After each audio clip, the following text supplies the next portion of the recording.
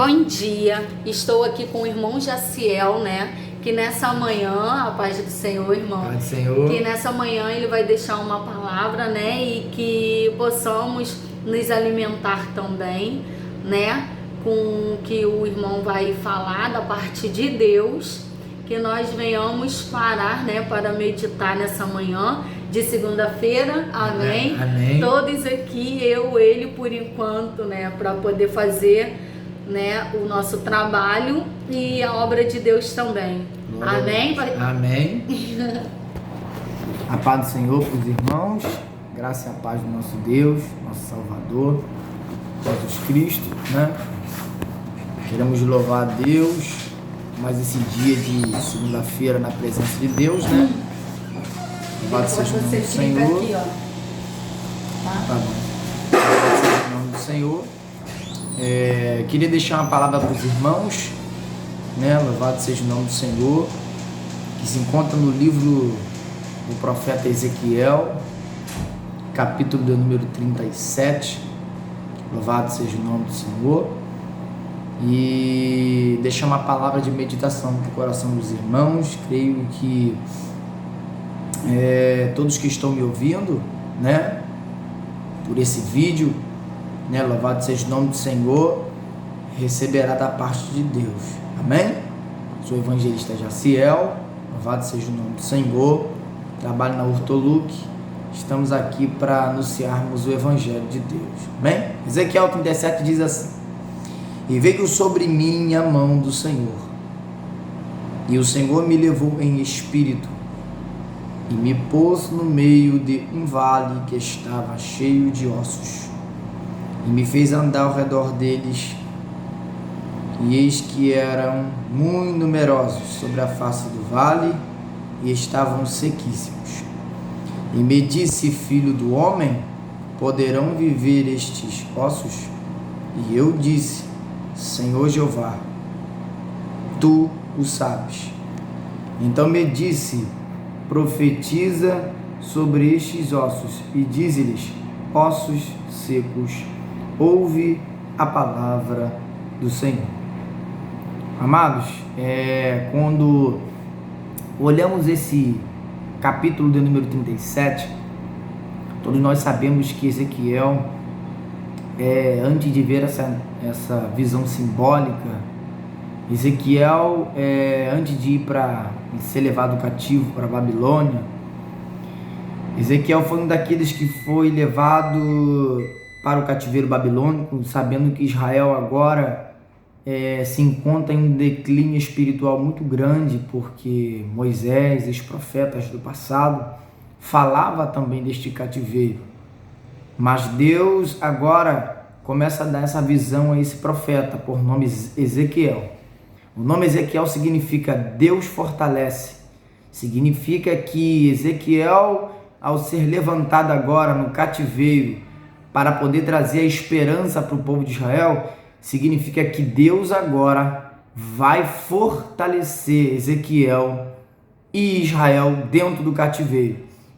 E um desses fortalecimentos é que Ezequiel para em um rio chamado Rio Quebar.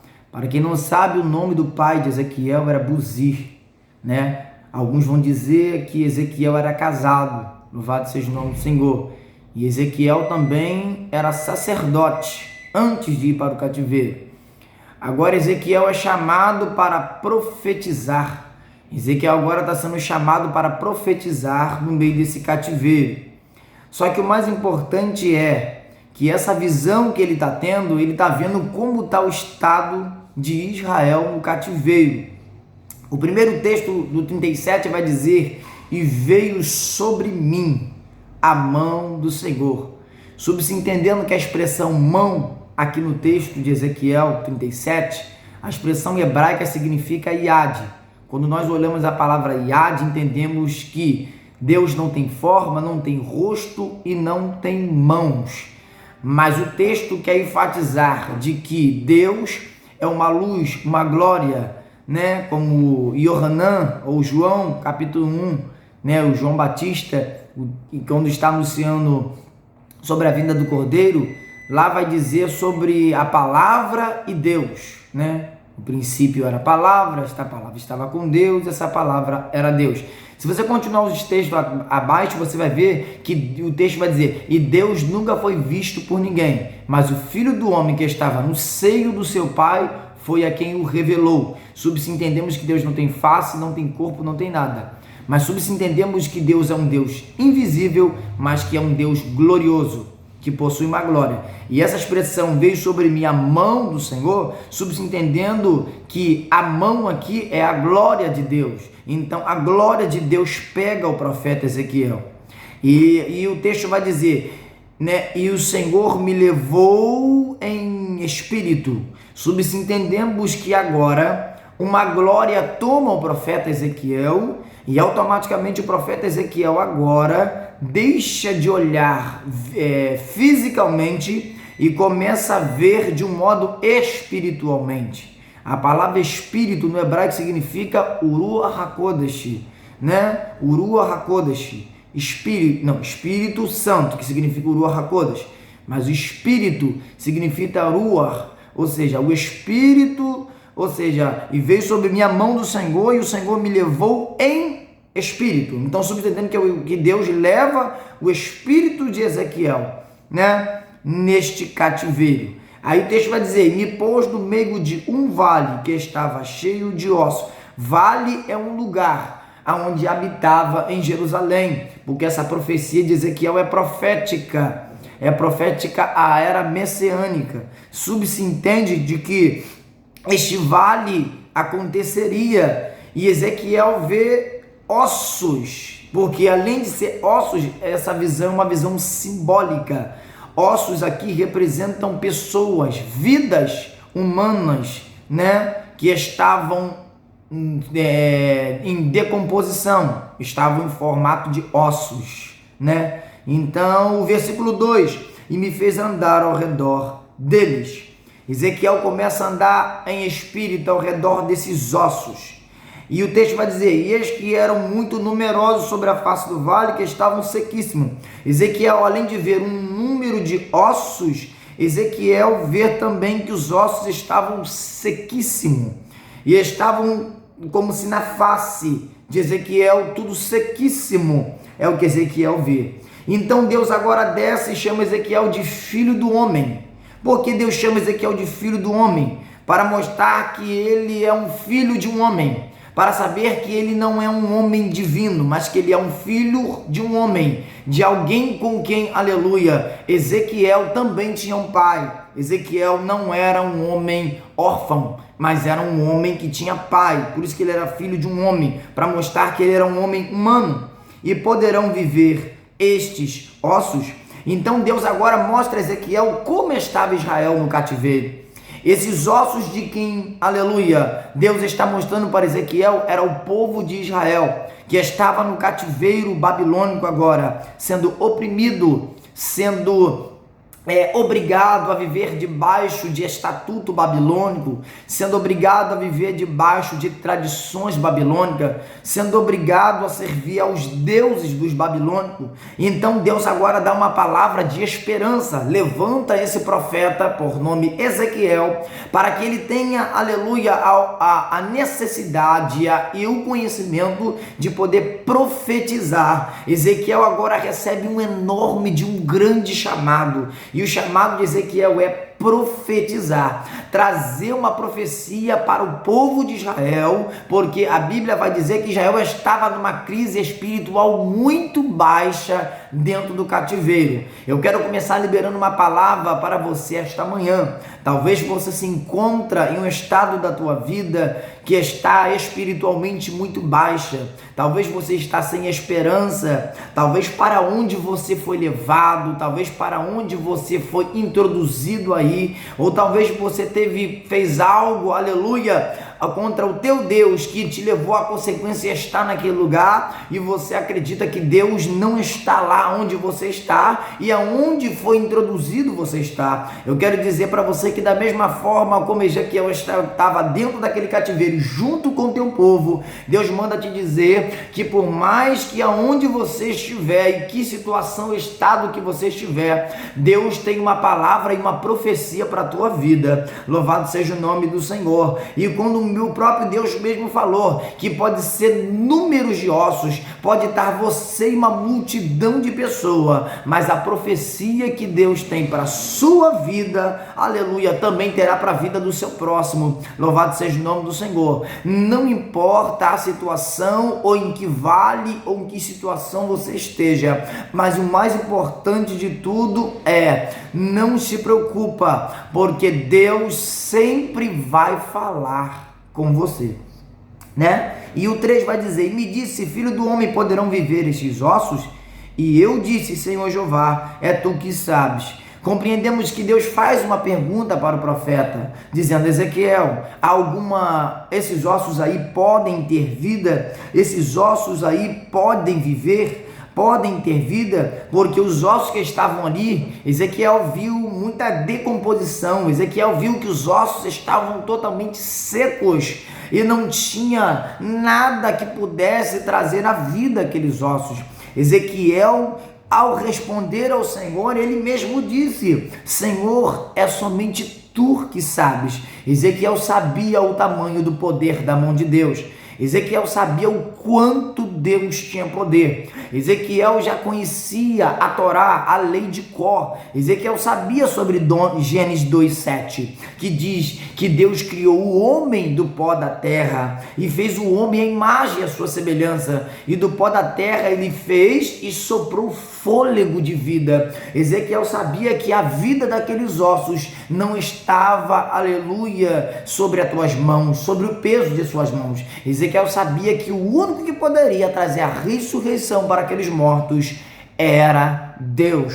Mas o mais importante de tudo não é esse texto. O mais importante é que quando Ezequiel aqui diz Senhor, a palavra Senhor aqui é muito importante. Jeová, tu que sabes.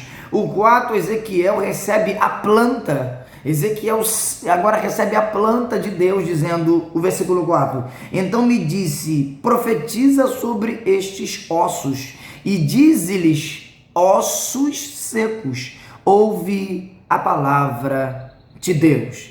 Então a planta que Deus deu para Ezequiel, porque a preocupação de Ezequiel era: Senhor, é só tu que sabes da vida desses ossos. Ezequiel não tinha naquele momento uma palavra como um judeu, como um hebreu que estava no cativeiro junto com seus irmãos que estavam passando lutas, perseguições, porque Israel, pelo longo da história, sempre enfrentou lutas, dificuldades, passou por perseguições, mas mesmo assim o profeta Ezequiel nunca desistiu, aleluia, da sua, aleluia, profecia. Ezequiel nunca desistiu, independente do estado que esteve, mesmo sabendo que estava dentro do cativeiro. Então a planta que Deus dá para Ezequiel é: ouve a palavra do Senhor. Subentendemos que ali são ossos. Então, se são ossos em decomposição.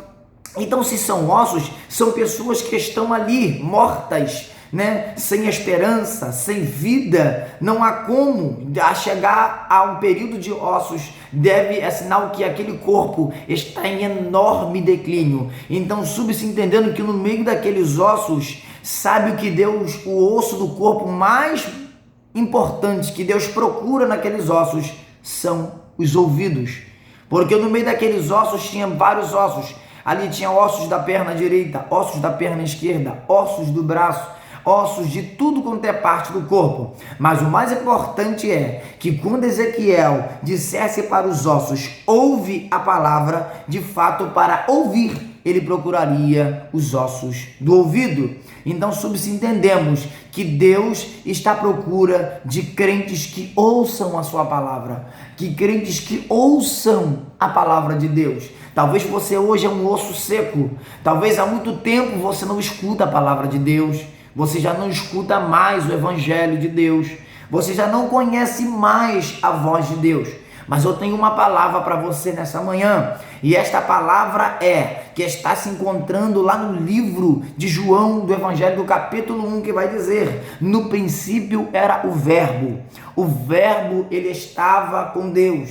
E o Verbo era Deus. E nele estava a vida. E ele era a luz dos homens. Subentendemos de quem João está falando da palavra de Deus. E quem é a palavra de Deus? É Jesus de Nazaré. É a única palavra de vida que Deus pode trazer para a vida de alguém. Jesus é o único que pode te trazer vida. Então subentendemos de que o que mudaria a esperança, o cativeiro, a vida de Israel era Jesus de Nazaré. Por isso que eu disse que esta profecia é futura, porque logo quando Jesus chega em Jerusalém, o mesmo texto vai dizer que quando a palavra ia aparecer, aleluia, no meio dos ossos, então Israel teria vida. Observa-se de que tudo que Jesus fez em Jerusalém